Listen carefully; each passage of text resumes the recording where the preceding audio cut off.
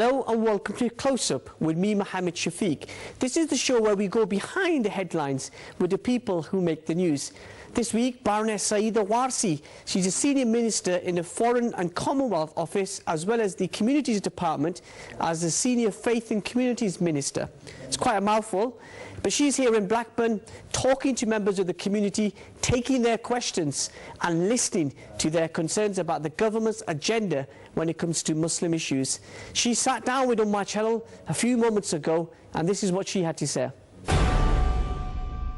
Hello, we're in Blackburn and welcome to Close Up with me, Mohammed Shafiq. For the next hour we're spending here with Baroness Sayeeda Warsi. She's the Senior Minister of Communities and Faith in the Foreign Office and also in the Department of Communities, and she's here in Blackburn today talking to Muslims about their issues and what the government is doing to address them. Baroness Sayeeda Warsi, welcome to my channel. Thank you for having me. First of all, let me ask you how important your role is as a Senior Minister in government. I think my role really is to make sure that those issues that matter to communities, those issues that are important to faith communities, are firmly put at the cabinet table. Have the privilege of being the first minister for faith. I sincerely hope that after me we continue this position. I think it is important that faith has a space in the public sphere, that it has a voice at the highest table in the land, that's the cabinet table. Now, one of the big issues facing public debate in this country is about integration, and this is something which you're here in Blackburn talking about. What are your views on this and what do Muslims need to do? Well, I'm hoping I'm going to be doing more listening than talking today. Which makes a change. Which makes a change because politicians always turn up and say we're here to listen and then talk at people. You see, my concern really is to get a measure of how the government's policies are being perceived in the community, how the community feels that the government's policies on integration and faith have worked, what more we could be doing, and also an opportunity to have a genuine two-way conversation on some of the great initiatives that we've put in place. For example, we are the government that has done more to tackle the issue of Islamophobia than any other government before us. I mean, you will recall that famous speech in 2011 when I said that Islamophobia had passed the dinner table test, and of course I still carry the scars of that. But if you look at where the debate was then in 2011 and you look at it this morning, where Fraser Nelson has just written in The Spectator about the huge positive contribution British Muslims are making to British society, the debate has shifted and people are genuinely concerned that Islamophobia exists in the United Kingdom, and the government have genuinely responded by having a policy response to it. Now, we see in this country an ever-increased number of attacks against Muslim women, against mosques. We saw the murder of Muhammad Salim. What's the government doing to tackle these issues? Well, first of all, I think the fact that the government acknowledges that Islamophobia is an issue, which it didn't when I first came into government in 2010. There was no acknowledgement that Islamophobia was a problem. Secondly, the fact that we are starting to monitor it, collect data, whether that's through the Association of Chief Police Officers, ACPO, or whether it's through community-led organisations like the Mama Project, but also moving on to responding to these challenges by starting to unpick those moments in European history, for example, where anti-Muslim hatred reached an extreme, as it did in the Balkans, and we became this year the first country to commemorate Srebrenica and have a formal Srebrenica Memorial Day, which we're going to be having again, inshallah, this year and next year. Also teaching people about how communities can fall apart when hatred reaches an extreme, working with editors of newspapers, challenging some of those perceptions and falsehoods that are published in newspapers, but also projecting positive images of what the community has done, you know, promoting the work of the big iftar, promoting the work of Muslim soldiers who gave their lives in the First World War, for example. So it's been a multifaceted approach, challenging, documenting, responding and highlighting positive contributions of Muslim communities. Now, recently you were in Oman and you made that historic speech where you talked about tackling extremism. A lot of people have identified with that speech. What are you hoping to do in follow-up? Because there is a problem of extremism within some elements of minority Muslims. Well, what I was talking about in Oman, and I had the privilege to speak at the Sultan Qaboos Mosque, which in itself was amazing to be able to deliver a lecture in those amazing surroundings. And what I was trying to unpick was what was intra-faith extremism. we talk regularly about interfaith harmony and interfaith tension, but actually we don't talk enough about intrafaith, and sometimes the hatred that exists between communities is preserved and reserved more for those people who are from your own faith. And what I see is a developing sectarianism, even in the United Kingdom, where people are being defined by their theological background rather than even their religion. And we've got a stamp on that. And I was referencing back historical moments when that diversity within Islam was actually celebrated by actually trying to get communities to move away from a judgmental position. My biggest argument is, if we genuinely are Muslims and we believe in the Day of Judgment and we believe that the Almighty will judge us, and if that is our belief, then who are we to spend our whole life on earth demanding and judging other people and demanding that they conform to our interpretation of the faith? And really that element of judgmentalness which I see, and hatred which then stems from that. If I can just ask you a political point, you've had a lot of flack over the years since you were party chairman and now as senior minister. There's rumblings in the last few weeks about people asking David Cameron to sack you from the cabinet. Are they out to get you? David Cameron within your own party? Look, David Cameron has been asked by many quarters to get rid of me from the day I started a decade ago. So really, in many ways, this is nothing new to me. But I think it would deeply worry me if people were asking for me not to go, because then I would realise that I was not making any difference whatsoever. I'm clearly making a difference. I'm clearly upsetting those people who don't want that difference to be made, which is why they would prefer me not to be around, which is why I've said that I never came into politics to stand on the sidelines. And if you get involved and you get down and fight, then you're gonna get bruised and battered. And I've learned to grow a thick skin. All my channel viewers watching this, particularly young women, what's your message about how you can inspire them to get involved in politics? Because there is a lack of women and ethnic minority women in our politics. Well, first of all, I think I've never made any secret of my background. I've always been incredibly proud of the fact that I was born and raised in Dewsbury. It has a very large Muslim community. My connections with the local community there are well known. And I think what I say to girls is that don't look at me and think maybe she came from a different world. I didn't. I came from the same upbringing that they're probably being brought up in. I went to the same schools and the same masjids that they're going to. And what they've got to do is believe in the fact that if she can do it, then we can do it. And I want to see a point where actually we don't constantly have these stories about the first Muslim woman in cabinet or the first, Muslim minister or the first Muslim chairman of a party. Actually, that this becomes the norm, that British Muslims, of which we nearly have 3 million in this country, play their part in all aspects of society, including in politics. That was Baroness Sayeeda Warsi talking to me a few moments ago. She's a senior Faith and Communities Minister in David Cameron's coalition government. Now, here in Bangor Community Centre, we have a number of people from the community of Blackburn here to put their questions to Sayeeda Warsi, to put their views to her and listen to her response. Let's see what she has to say. And if you want to join the discussion, please join us on Twitter, official Ummah CH, official Ummah CH. Let's see what Baroness Warsi has to say.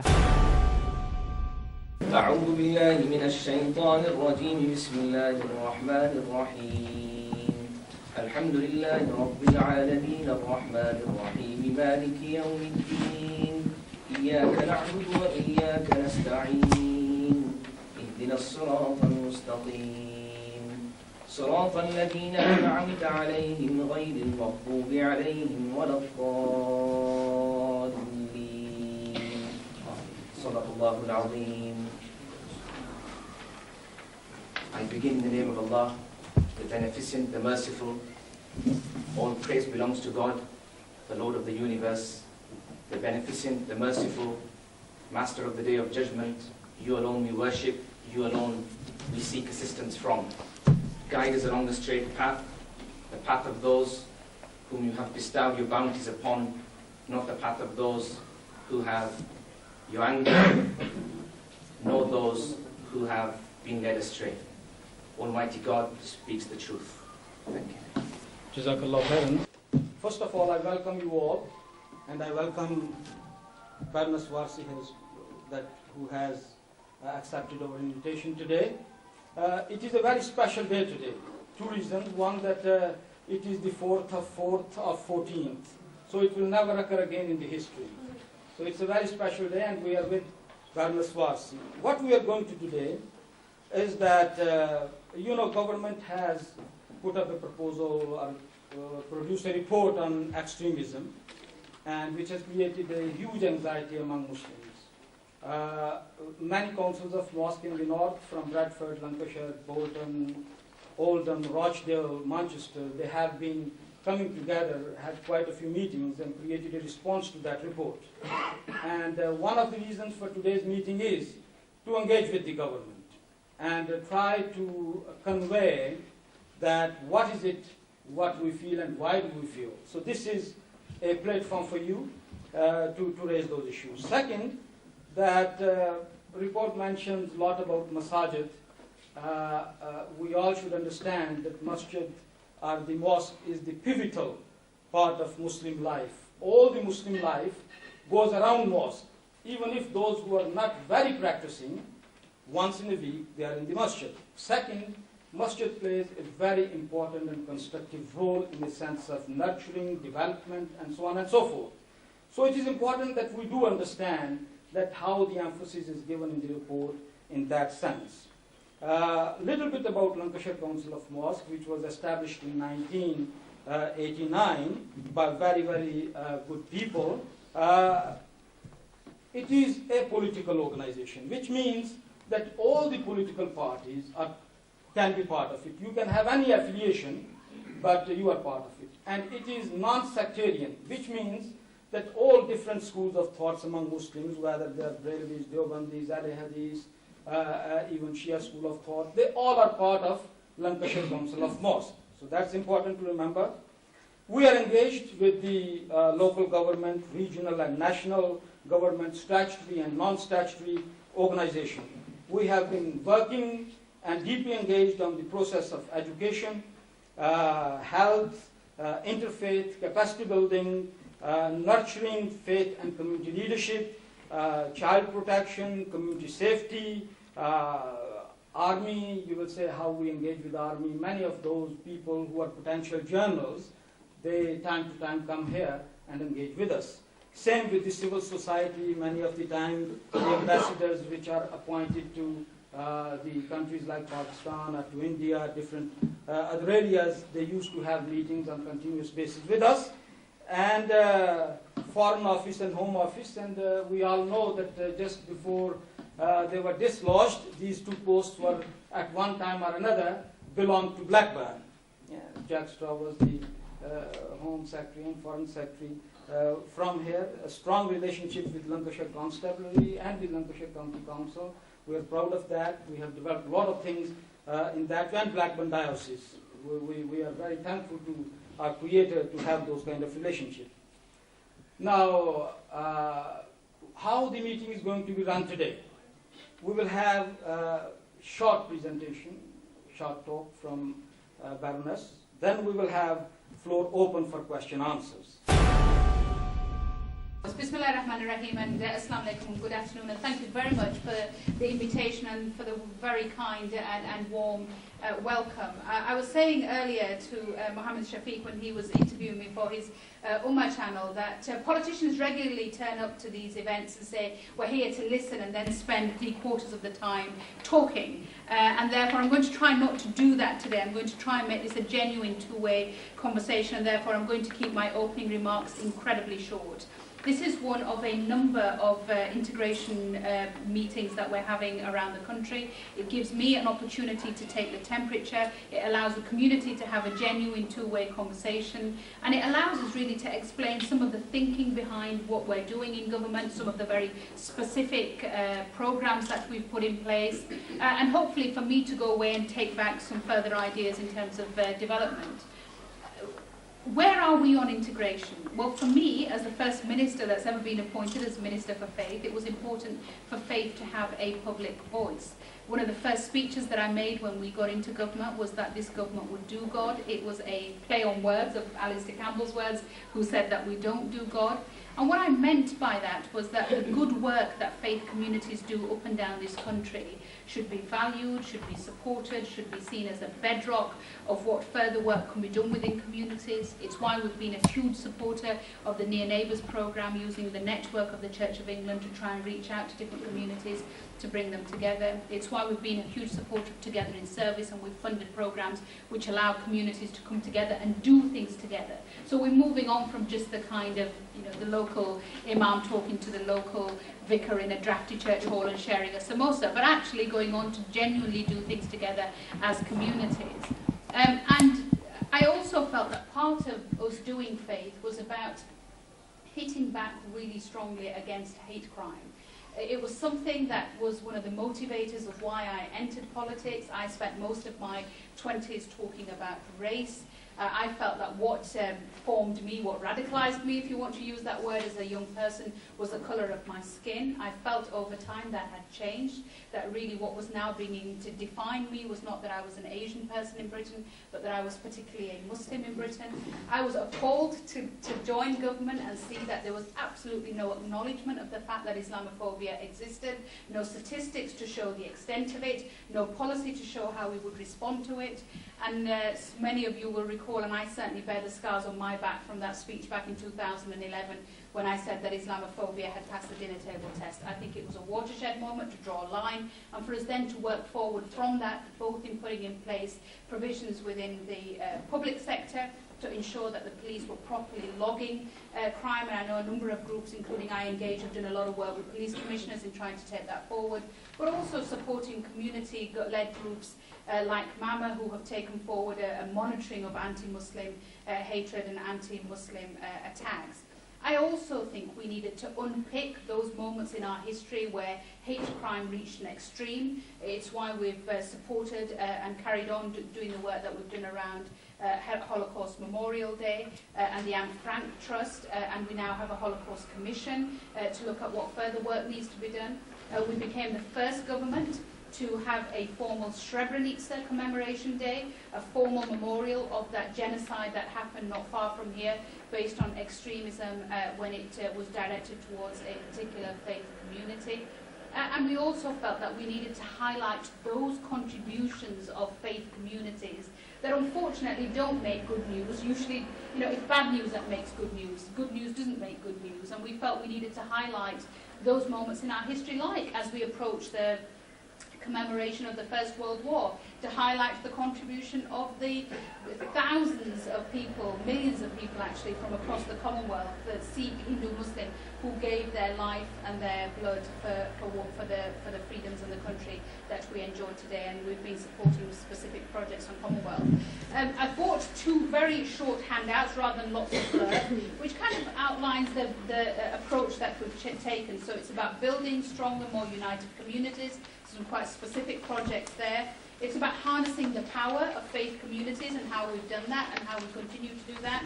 It's about commemorating our common heritage, looking at those things that we share and making sure that we can all buy into that. And it's about remembrance of when tragic hate crime has taken an extreme, and also tackling hate crime and how we're doing that today. If there are any other projects that you're interested in, you want further information on, my officials are here, they can always support you on that, but that gives you a quick overview. I'm going to leave it at that, and I'll take questions on anything. And as you said in your opening, it's an open meeting. It is a genuinely open meeting because I'm mic'd up and I've got a camera there, so everything is on record. If you don't want it to be on record, say so. I'm quite happy to take my mic off and I'm quite happy to throw the cameraman out. But I hope that the conversation is going to be held in an incredibly open vein. No question is off the table. If I can't answer you completely, honestly and frankly, I will tell you why, and I think you will understand, but I will try and be as open as I can. You're watching Close Up with me, Mohammed Shafiq, the show that goes behind the headlines and the people who make the news. It's time for a break. When we come back, we'll show you more about what Sayeeda Warsi, the government's Faith and Community Minister, has been saying and what the reaction has been from the community. Join us on the other side of this. Far too important. I don't think there's anybody in this room that does not accept that we do not want extremism in this country. We do not want people to feel fear from any other group, whoever that group happens to be, whatever that extremism is coming from. I earned a third of what I earned when I was 26. Why would I do that? Why would anybody enter that profession if it wasn't a fundamental, passionate belief that I want to make a difference? And I think the mosques can start by not going around saying, हम अच्छे मुसलमान हैं वो बुरे मुसलमान हैं हमारा फ़िक़्क़ा सही है उनका फ़िक़्क़ा गलत है जिन्होंने इतनी लंबी दाढ़ी रखी हुई है वो अच्छे हैं जिन्होंने छोटी रखी हुई है वो बुरे हैं let's get off all of this.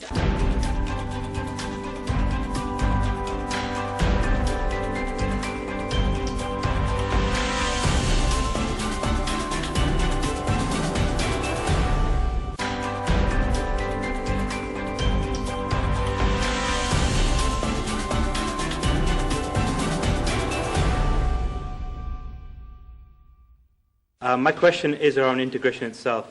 When do we have enough integration? I mean, what's the point where we say, okay, we've integrated this community as far as a community should integrate? So when is the full stop? Because we've never actually had that defined to say that when this community has achieved this, we don't need to push them towards integration anymore. I see integration in a negative way, and I don't feel that communities are being pushed to do something. And I don't think integration is something that you ever achieve and say, well, there we go, that's a perfect model, and therefore we can stop integrating. I also don't see integration as a one-way street. I see it as a two-way street. I think people get to know each other, and the culture that we have in Britain today is not made up of a specific type of community.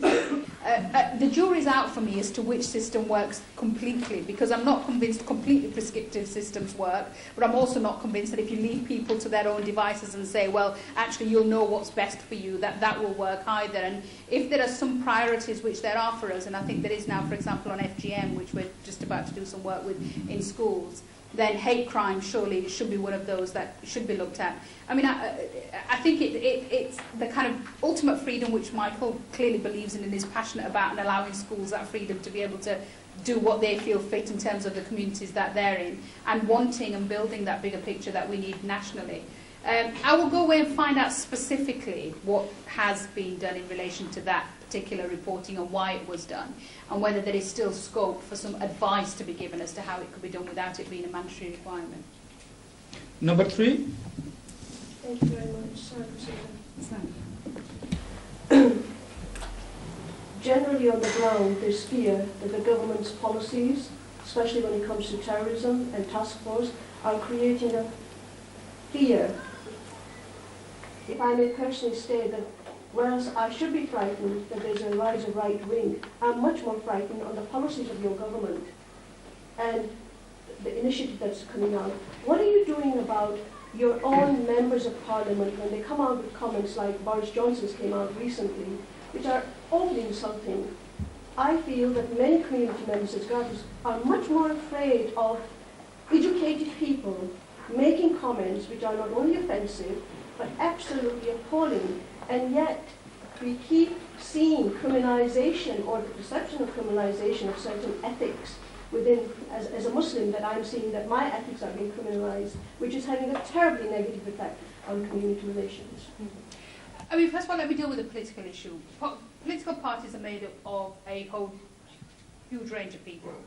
People have lots of different opinions, and I have to say it's really interesting that people enter the most opinionated profession, politics, and when they get there, they're not expected to have an opinion. And so, you know, one of the things that we cannot say is that we will be able to control every single message that comes out of every single member of your political party. And look, there are lots of things that I say, Anjum, which I'm sure there are people in my political party who'd rather wish I didn't say. And, you know, the Islamophobia has passed the dinner table test was a classic example where lots of people on the, you know, on the right in the media and, you know, in the right in politics went absolutely ballistic, saying, how dare she say this? What authority does she have to say this? But politics gives you the privilege and the responsibility of being in the public eye, and therefore allows you to say those things and allow you to start the process of changing things because you're in that privileged position. So there are lots of people that won't like what I say, there are lots of people that won't like things that my other colleagues say, and I think it's for all of us to take accountability for our individual actions. What I think, where I disagree with you, I think, Anjum, is that, look, no, and I say this from a non-partisan perspective, this is not a party political meeting, by the way, so it is irrespective of which political background you come from. The issues around integration and hate crime and how you deal with issues around extremism are far too important and sensitive for them to be used as a political football. I don't think there's anybody in this room that does not accept that we do not want extremism in this country. We do not want people to feel fear from any other group, whoever that group happens to be, whatever that extremism is coming from. And therefore, when we sit around that table, and as we did with the Extremism Task Force, our job was to get to a point where we protected all our citizens in this country. We all had different views about how you get there. We all knew where we needed to get. We all had different views about how you get there. And politics and the concept of government is about how you collectively come to a decision whereby the majority of you can sit comfortably in some way with a document that you feel that is something that you can work with. So there were parts of that document, the policy that you talk about, which were ultimately completely Sayeeda, and you can see my fingerprints on where they are. There were parts of that document which were championed and supported by other members of the Extremism Task Force from both political parties, the Liberal Democrats and the Conservative Party. And the art was to get to a document which we could all kind of comfortably live with in the end. So there are compromises on all sides. What I would say to you is go back and actually read the document in a lot of detail. I'm a lawyer by profession. I spent a lot of time going through the language over and over and over again. How would this be interpreted? How would this be seen? What does this mean? What does this mean for policy making? And in the end, I was left in a position where I wouldn't say 100%, but I was much more comfortable with the document in the end than from where I started. And I think for that reason, I would give you this assurance, Anjum. It isn't easy. Nobody's saying it's easy. I would say, as a young British Muslim today, it is the biggest challenge for the British Muslim community is going to take a generation to get to a point where we are normalised. Because we are not a normalised community at the moment. We are seen as unusual by the press, we're vilified by large sections of the media. There's always a negative perception out there. There are lots of myths, there are stereotypes. But we've been here before. We've been here before with the Jewish community, we've been here before with the Catholic community, we've been here before with the black community. We've worked it through. And what we're doing now, and this is why it's such a privilege, I think, to be in politics right now, is we are the generation that is working that through, and we will get to a point where Britain is comfortable with Muslims and Muslims are comfortable with Britain in a way which now other communities are. Can I just very quickly, as I'm about to leave, I'm sure you'll give me that 30 seconds. Or else I will send you a rebuttal on that report, if I may. Extremely well done report. I'm not a lawyer, but I'll send you the rebuttal on that.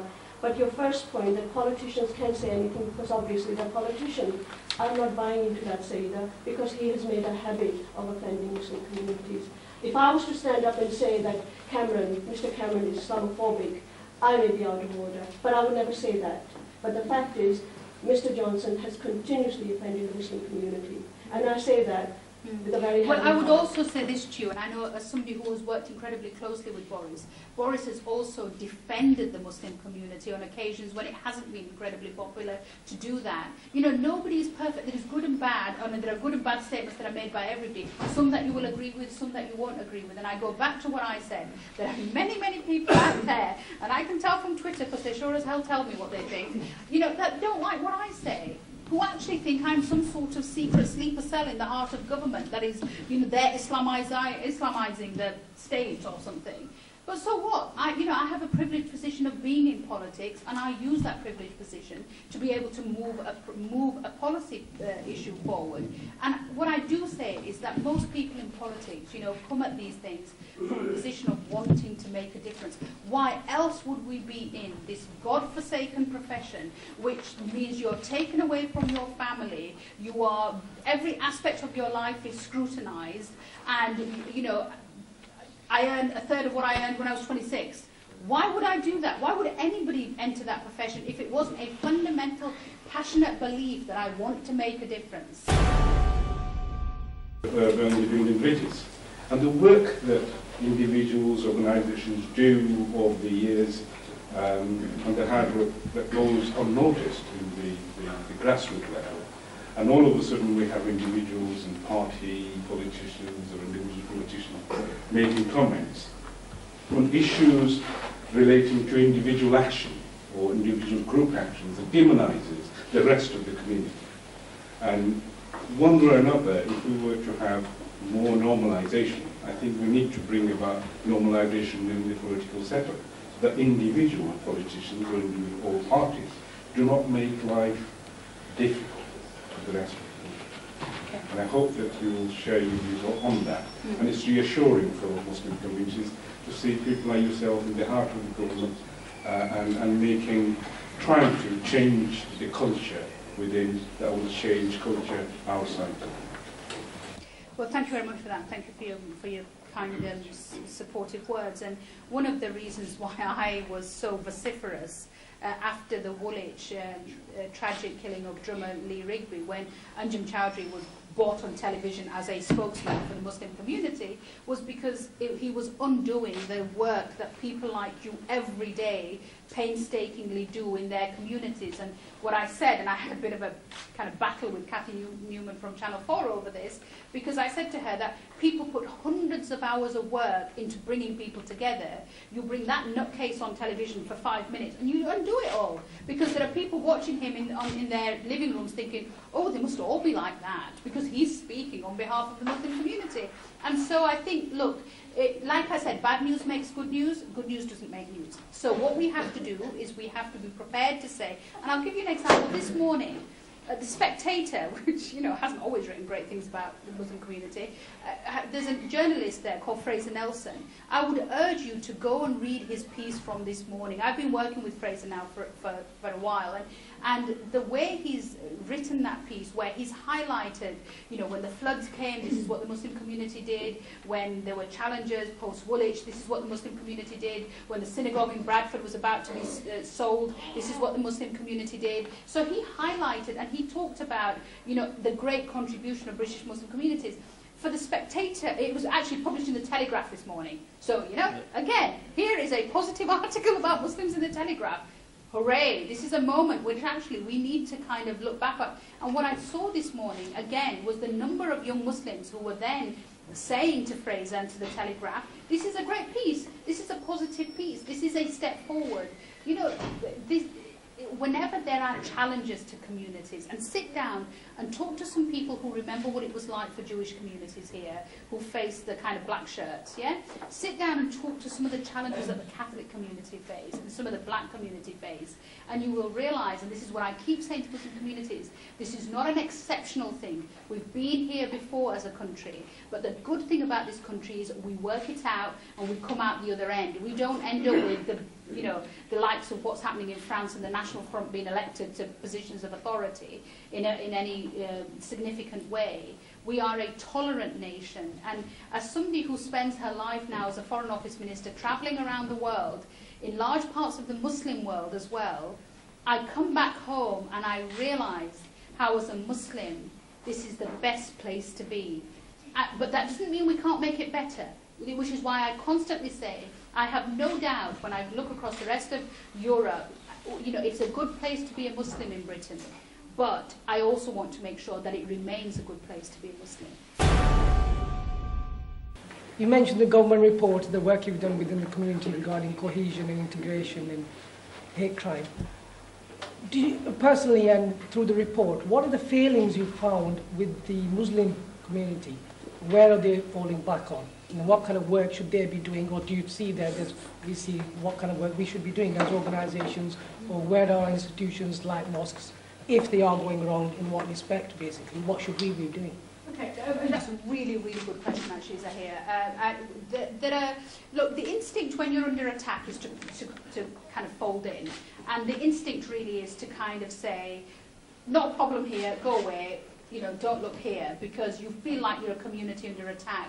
And for many, many years, especially kind of post 9/11 and 7/7, I felt that the community did do a lot of that. I think what I saw post Woolwich, and I absolutely congratulated the community on doing this, I saw a confident, front-footed, united, coherent community. One that was prepared to say, not in my name, that is not my religion, you're not going to get away with doing that and actually somehow pretend you're a martyr of Islam.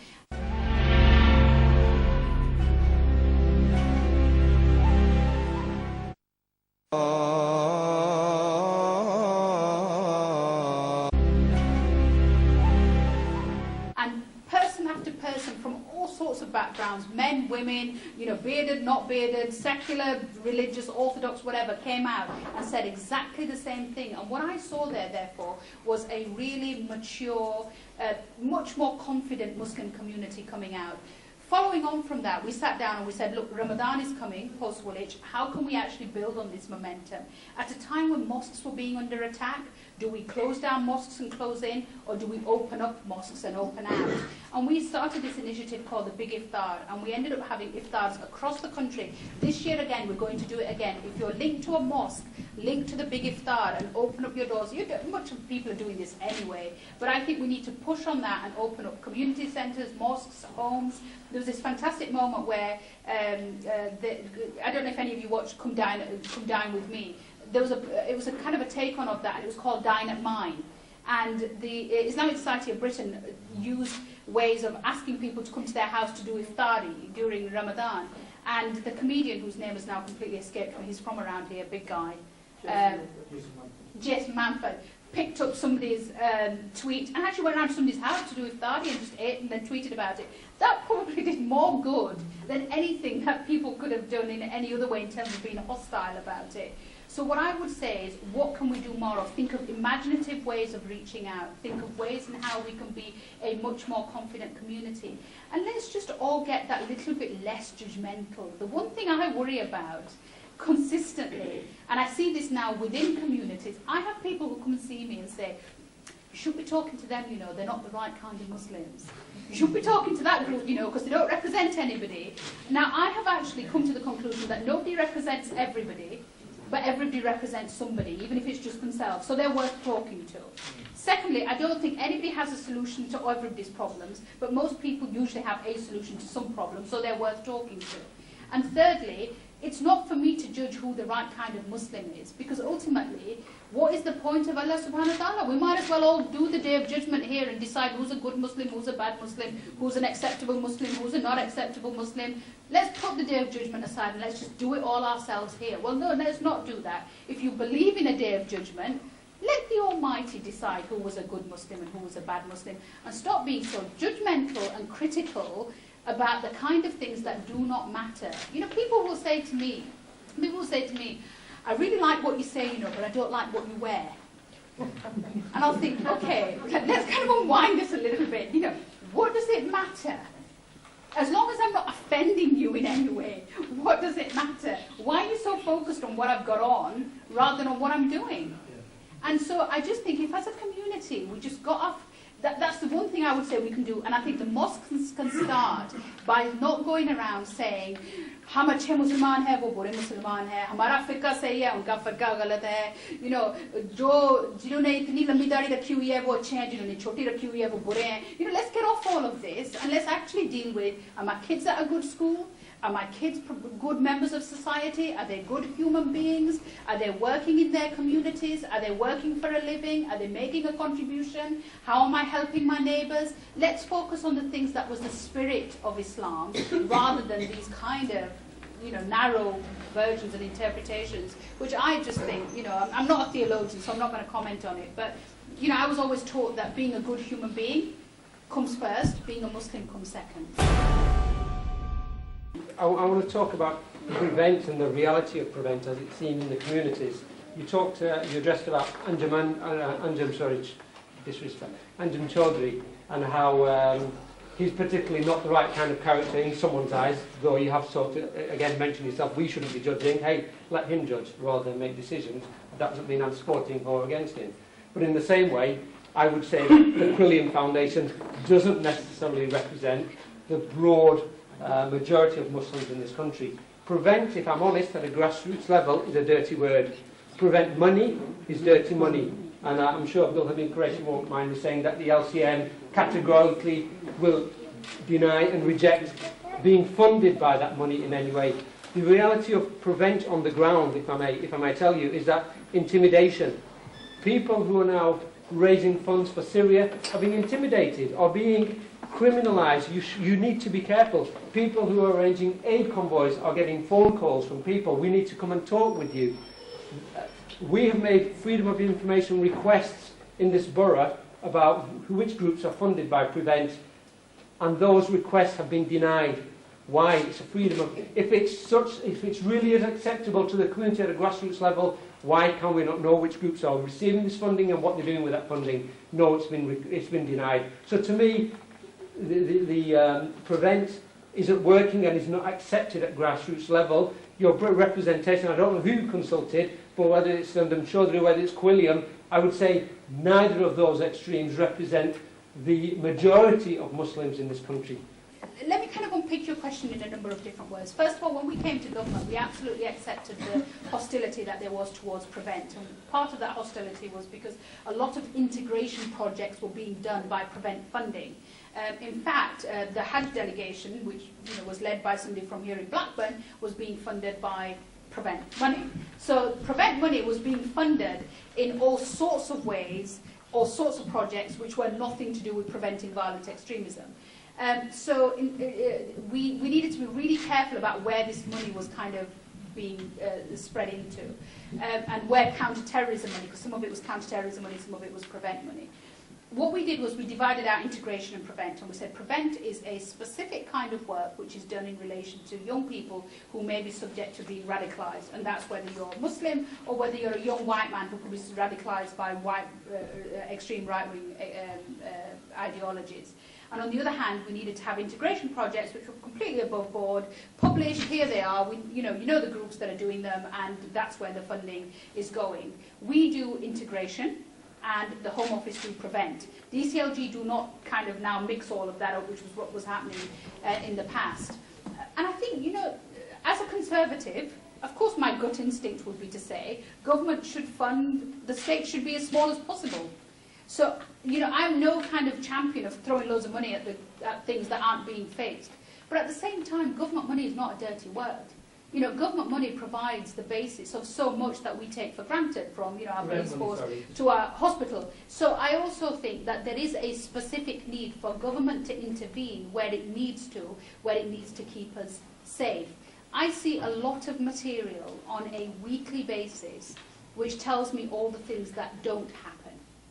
So when we sit here and we feel safe, let me tell you, we feel safe because there's a lot of things that keep us from being safe. And there are a lot of things which, alhamdulillah, never happen because somebody manages to stop them. And Prevent is part of stopping that happening. And that is good for all of us. And I tell you, not just for those people who may be caught up in an extremist attack, but the fact that all the community that gets the backlash of what happens when an extremist attack happens. And for every one that tragically hits our hits our front pages, there are dozens which never happen because they're stopped from happening. That is one thing. So I think we need to bear that in mind. The second issue I would raise with you is the issue of Syria. Look, there is no doubt when you watch those television screens that there is an instinct to say, I have to do something. I can't just sit here helpless and not do anything. There are a number of charities, completely open, legitimate charities, which are operating within Syria, and as a government we have worked with them, we're supporting them, and we would ask you to do that as well. What I would not ask you to do, and I have been very, very clear about this, there is no merit in people going to Syria. Why? Because if you get caught up in something, there is nothing we can do to help you. I have said this over and over again to young people. We do not have an embassy. We do not have a presence. I see some of the information that is coming out of there, which, unfortunately, I'm not going to be able to be frank with you, but I tell you, when Brits get caught up in Syria, what happens to them is appalling, and it happens more to them because of what is happening out there. I would not be advising my son, my father, my sister, my brother to be doing it. Why would I allow anybody in the community to do it? So my clear message to you today, if this is the message you can take back to your mustards, is do not go to Syria. There are ways in which you can help without having to get in a van and go across there yourself with your own physical stuff. This is not Expedition Syria.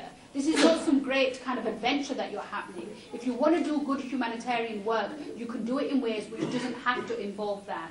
If you do that, you put yourself in great danger and you put other people in great danger. When you get there, you can get mixed up in the most appalling circumstances, not of your making, and there is nothing we can do then to help you to get out of that. I couldn't be clearer than that. So what I would say to you is this: if you genuinely want to get involved in Syria work, and you know people who want to get involved with Syria work, we are the second largest bilateral donor to Syria. This country has an amazing record of its support for humanitarian work in Syria. And what I would say to you is make contact with me, make contact with DFID. We will show you how to channel those funds in a way which will help the people that need it. But I do not think that have a go yourself is really the right way to be doing it, and the consequences that follow from that. And tragically, there are some people who are just doctors, activists who want to go there and help. I saw the BBC programme, which was incredibly moving, of the group that went from here with the 4 or 5 different ambulances or vehicles that they went with. But there are other people who are using this as a cover to go out there and fight. And British people have gone out there and they have been killed in the fighting, and they have been fighting with some pretty... in the way that, for example, Muslims are stopped and treated at airports. A brother earlier mentioned about intimidation, harassment, and whether these actions are counterproductive and actually alienate a part of the Muslim community. And I speak to so many youngsters who get stopped at airports, who are visited by the police, and these actions, whilst I recognise why they're done, but they also they could act as motivators towards extremism and terrorism. So I think there needs to be a fundamental review. And I know we've done lots of work at Manchester Airport and with other airports in the country, but even now, at Manchester Airport, there are complaints after complaints about individuals being stopped unnecessarily.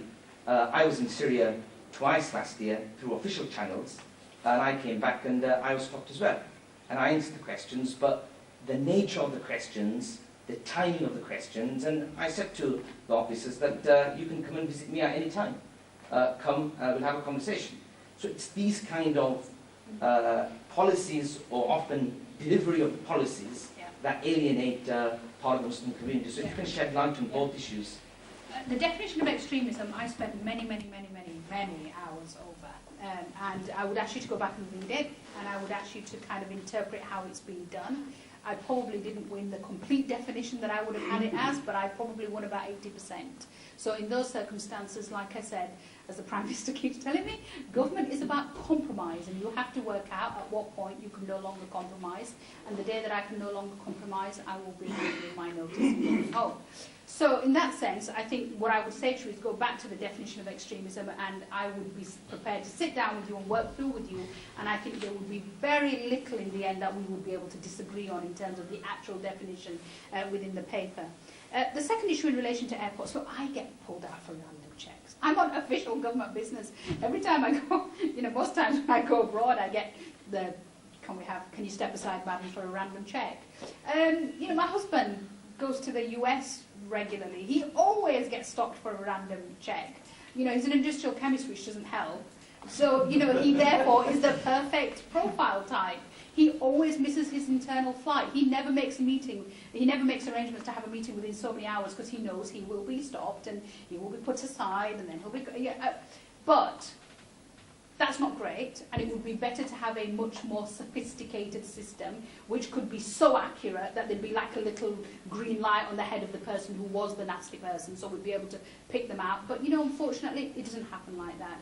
And when I get pulled aside and I have to take my shoes off and my belt off and we do the whole kind of rigmarole, I kind of sit there going, oh, really? And then I think, well, you know what? If my daughter had just got on that flight and they hadn't done this, and somebody happened to get on that flight who did something which meant I never saw my daughter again, actually, I'm prepared to put up with this grief. Because ultimately, it keeps most people safe. And that's the only way my husband justifies it to himself. You know, he says, I'm in the air all the time as a Foreign Office Minister, and he says, look, one of these days it's going to be my wife up there, and actually, is it worth having the extra half-an-hour hassle, missing an internal flight? I mean, he gets a lot of grief, you know, as he said once to the Prime Minister, he said, I'm a British-born Muslim of Pakistani descent. My first name is Mohammed. I'm an industrial chemist, but Prime Minister, you have nothing to fear. So, you know, but he fits the profile. So in that sense, look, I'm not saying it's right.